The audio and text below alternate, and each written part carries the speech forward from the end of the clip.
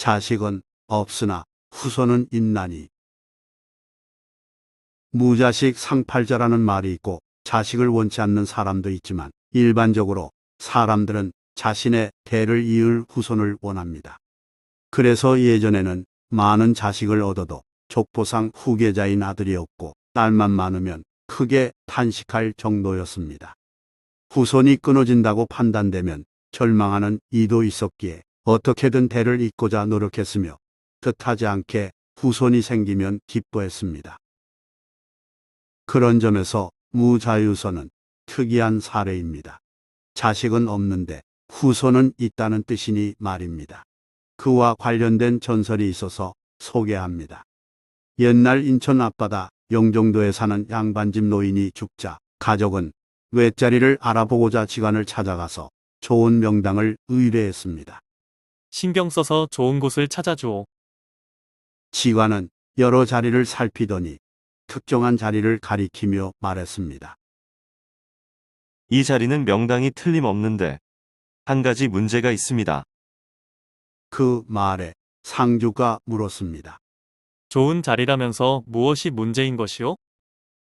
지관은 진지한 표정으로 답했습니다.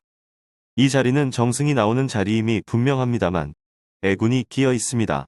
초상을 마치면 큰아들이 죽고 다음에 소상에는 둘째 아들이 죽고 대상에는 막내 아들이 죽게 됩니다. 예컨대 3년상 중에 장례를 치를 때마다 형제가 차례로 죽고 장례를 마치면 3제가 모두 죽게 된다는 말이었습니다. 이에 상주가 황당해하며 말했습니다. 그럼 흉한 자리이지 어찌 명당이란 말이오. 그러자 지관이 조심스레 덧붙여 말했습니다. 그 대신에 삼정승이 나올 자리입니다. 우리에게 아직 아들이 없는데 어떻게 정승이 나온단 말이오? 설명하긴 어려우나 그렇습니다. 그때까지 맏아들과 둘째는 아들을 얻지 못한 상태였고 막내는 혼인하지 않은 몸이었습니다. 하여 상주는 망설이다가 문득 이렇게 생각했습니다. 정승이 나오려면 먼저 아들이 있어야 하지 않겠는가? 그렇다면 설령 내가 죽더라도 아들을 얻게 될 자리란 뜻인지도 모르겠군. 후손에 대한 강박관념이 있는 상주는 건강하기에 설마 금방 죽겠나 싶어 그 자리를 받아들였습니다. 장례를 치르고 석 달이 지난 어느 날 큰아들이 저녁밥을 먹고 나서 갑자기 배를 움켜쥐더니 의원이 손쓸 사이도 없이 죽었습니다. 슬하에 아들을 두지 못한 채 세상을 떠났으니 지관의 예언은 절반만 맞은 셈이었습니다. 그 이듬해에는 둘째 아들이 새벽 제사를 지낸 후에 심장마비로 돌연 죽었습니다. 둘째 역시 미처 아들을 보지 못하고 세상을 마감했습니다. 어찌 이럴 수 있단 말인가. 막내를 빨리 혼인시켜야겠구나. 두 아들을 잃은 어머니는 삼형제 중 혼자 남은 막내 아들 혼사를 서둘렀습니다. 그러나 막내는 장가 가려 해도 마땅한 색식감을 구할 수 없었습니다. 흉흉한 소문이 퍼지면서 딸을 주겠다는 집이 없었고 처녀들도 하나같이 고개를 저은 까닭입니다. 신랑이 대상을 치르면 죽을 텐데 어느 누가 딸을 시집 보낼 수 있을까? 막내는 혼인을 체념하고 어머니에게 말했습니다. 저번 직원 말대로 형님 두 분이 갑자기 돌아가신 것을 보면 저도 곧 죽게 될 터이니 이왕지사 세상 구경이나 하고 죽고 싶습니다. 어머니는 과부 며느리 둘과 더불어 쓸쓸히 살아갈 생각을 하니 아들을 외지로 내보낼 수 없어 말렸습니다. 우리 집에 남자라고는 너밖에 없는데 꼭 그래야겠니? 사고라도 나면 어쩌려고 그러느냐? 하지만 막내는 거듭 간청했고 어머니는 마지못해 여행을 허락했습니다. 보찜을 메고 집을 나선 막내는 정처 없이 이것저것 돌아다니며 구경하며 세월을 보냈습니다. 어느 날 막내는 산길을 걷던 중 날이 저물자 유숙할 곳을 찾았습니다. 마침 산기슭에서 민가를 발견하고 그리로 가서 주인을 불렀습니다. 주인 계신가요? 잠시 후 방문을 열고 나온 사람은 머리 희끗희끗한 할머니였습니다. 초행길에 산행하다가 날이 어두워져 하룻밤 신세를 지려합니다. 할머니는 젊은 나그네의 아래 위를 훑어보더니 알았다며 허락했습니다. 막내는 방으로 들어갔고 할머니는 저녁상을 차려주며 시장할 테니 어서 먹으라고 말했습니다. 막내가 허겁지겁 식사를 마치자 할머니는 서둘러 밥상을 치우면서 친정에 급한 볼일이 있어 다녀오겠다며 개의치 말고 편히 쉬라고 권했습니다. 알겠습니다. 염려 마시고 다녀오세요. 그날 온종일 걸은 탓에 막내는 몹시 피곤했기에 옷을 벗고 자리에 눕자마자 잠에 빠졌습니다. 막내가 한창 잠자고 있을 때 웬 여인이 방문을 열고 들어오더니 곧바로 옷을 벗고 슬그머니 이불 속으로 들어갔습니다. 인기척의 잠에서 깬 막내는 맨살에 닿은 물컹한 가슴 촉감을 통해 여인임을 알아차렸고 성욕을 느껴 끌어안았습니다. 여인은 얼어붙은 듯 굳은 몸으로 막내와 하룻밤을 보냈습니다. 두 사람 사이의 대화는 없었습니다. 이튿날 아침이 되자 할머니가 방문을 열며 총각 편히 잤냐고 물었습니다. 그때 여인이 벌떡 일어나 아이고 유무하며 할머니에게 달려들어 품에 안기며 흐느껴 울었습니다.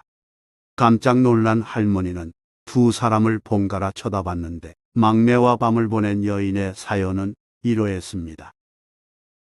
양반집 고명딸인 처녀는 어린 시절 유모의 젖을 먹고 자랐습니다. 할머니가 유모였고 처녀는 시집가기 전날 마지막으로 유모와 하룻밤을 지내려고 찾아왔습니다. 유모가 홀로 사는 집이므로 처녀는 당연히 유모려니 하며 이불 속을 파고들었다가 뜻하지 않은 상황에 너무 놀란 나머지 몸이 굳어 꼼짝하지 못하고 일을 당했습니다. 분노한 할머니는 방으로 들어갔다가 또 놀랐습니다. 잠자는 줄 알았던 총각이 심장마비로 죽어 있었기 때문입니다.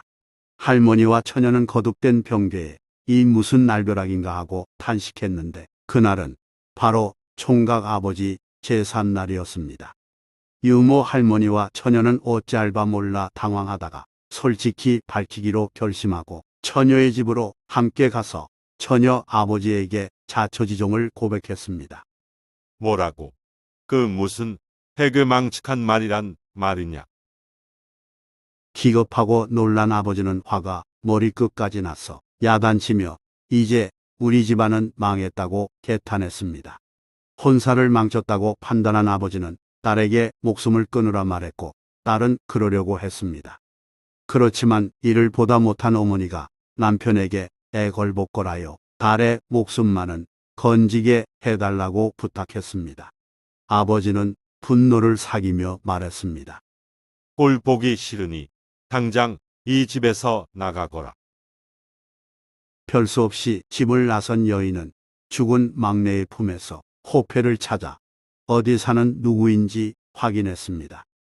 여인은 집에서 쫓겨난 상황에서 그의 집을 찾아가 사실대로 이야기하고 장례를 치러줘야겠다고 생각했습니다.